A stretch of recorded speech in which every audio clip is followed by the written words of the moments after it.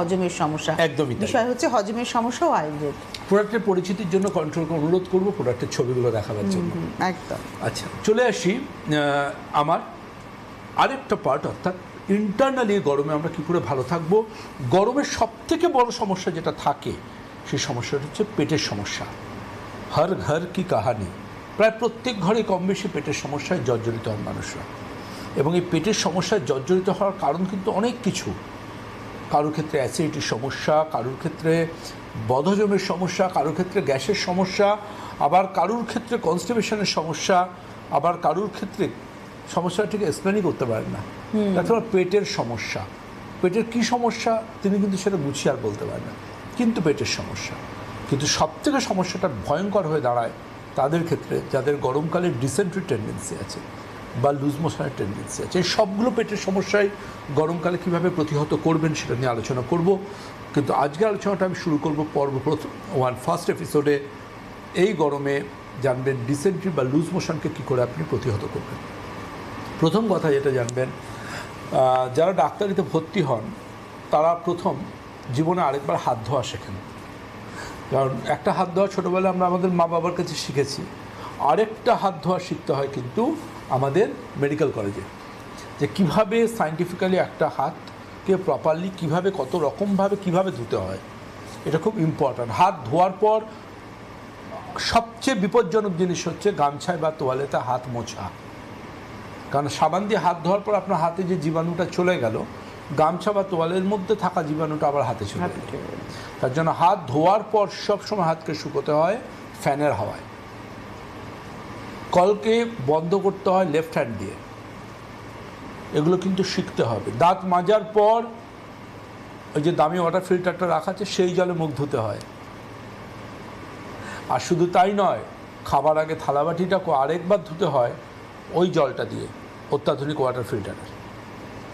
কারণ এই ছোটো ছোটো জিনিসগুলোই কিন্তু জানবেন এই গরমে আপনার পেটের সমস্যাকে ডেকে নিয়ে আসবে। কারণ মেডিকেল সায়েন্স বলছে আপনার পেটের অসুখের অন্যতম কারণ ভাইরাল গ্যাস্ট্রোএন্টারাইটিস, যাকে আমরা বলি স্টমাক ফ্লু। স্টমাকেরও ফ্লু হয়, জ্বর হয়, গ্যাস্ট্রোএন্টারাইটিস।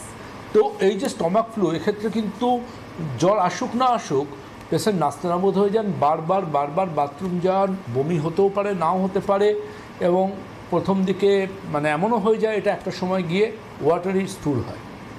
এবং এই জায়গাটা কিন্তু বলছে খুব কমন যেটা, সেটা হচ্ছে জানবেন ওই খাবার পাতের শেষে একটুখানি তরকারি রয়ে গেল, ওটাকে কী করা হলো, হাতে করে বাটিতে তুলে রেখে ফ্রিজে রেখে দেওয়া হলো। যে বাটিটা তোলা হলো সে বাটিটার মধ্যে জল লেগে রয়েছে, এবং ওই যে জলটা রইল সেই জলটাই কিন্তু ওর মধ্যে জীবাণু সৃষ্টি করলো।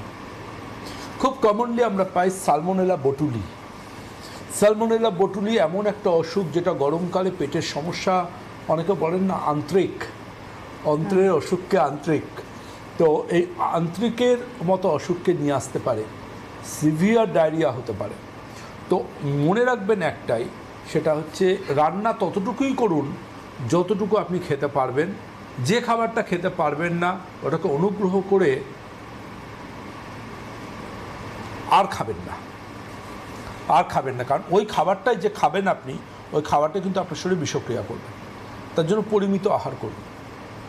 মানে ভীষণ ধরুন গরমকালে আমরা বলি যে একটু দেখবেন ওই মনোহরাইজ খেতেন, এবং আমরা বলি একটু কাঞ্জি খেতে, হ্যাঁ একটু পান্তা একটু পান্তা খেতে, আমরা আয়ুর্বেদে বলি তক্র খেতে, ঘোল টাইপের, ঠিক আছে। ওই ভাতে একটু জল দিয়ে রেখে খাওয়া, ফার্মেন্টেশন হয়, উপকারী প্রোবায়োটিক্স তৈরি হয়, যেটা আমাদের পেটের পক্ষে ভীষণ উপকারী। কিন্তু সব কিছুর বাইরে যেটা ভীষণ গুরুত্বপূর্ণ সেটা হচ্ছে এই জানবেন সিজেলা বলে একটা ভয়ঙ্কর একটা অ্যালগি হয়, যেটার কারণে পেটের সমস্যা এমন হয় যে স্টুলের কালার গ্রিনিশ হয়ে যেতে পারে, সবজেটা হয়ে যেতে পারে। লক্ষ্য করে দেখবেন এটা ইয়ের ক্ষেত্রে আসে, শুধু মানুষের নয়, যারা বাড়িতে পেট পোষেন তাদের স্টুলে হয়ে যায় সবজেটা কালার। কিছু ক্ষেত্রে এতটা সিভিয়ার হয়ে যাতে তাতে ব্লাড আসে। তো আলটিমেটলি ভাবতে হবে যেটা, সেটা হচ্ছে যে জীবাণু সংক্রমণ এই গরমের পেটের সমস্যার অন্যতম কারণ। অন্যতম কারণ। এবং এক্ষেত্রে আপনার পেটকে কিন্তু ভালো রাখতে গেলে আপনাকে প্রথম হেলথ অ্যান্ড হাইজিন নিয়ে ভাবতে হবে। কারণ জীবাণু আপনি আপনার শরীরে তৈরি হচ্ছে না, আপনি হাতে করে জীবাণুটা মুখে দিচ্ছেন, তবে সে গিয়ে আপনার শরীরকে অসুস্থ করছে। এটা আপনাকে বুঝতে হবে। আর সকল পেট ঠিক করার অ্যান্টিবায়োটিক কতদিন খাবেন? 5 দিন 7 দিন, তারপরে কি হবে? কত অ্যান্টিবায়োটিক খাবেন?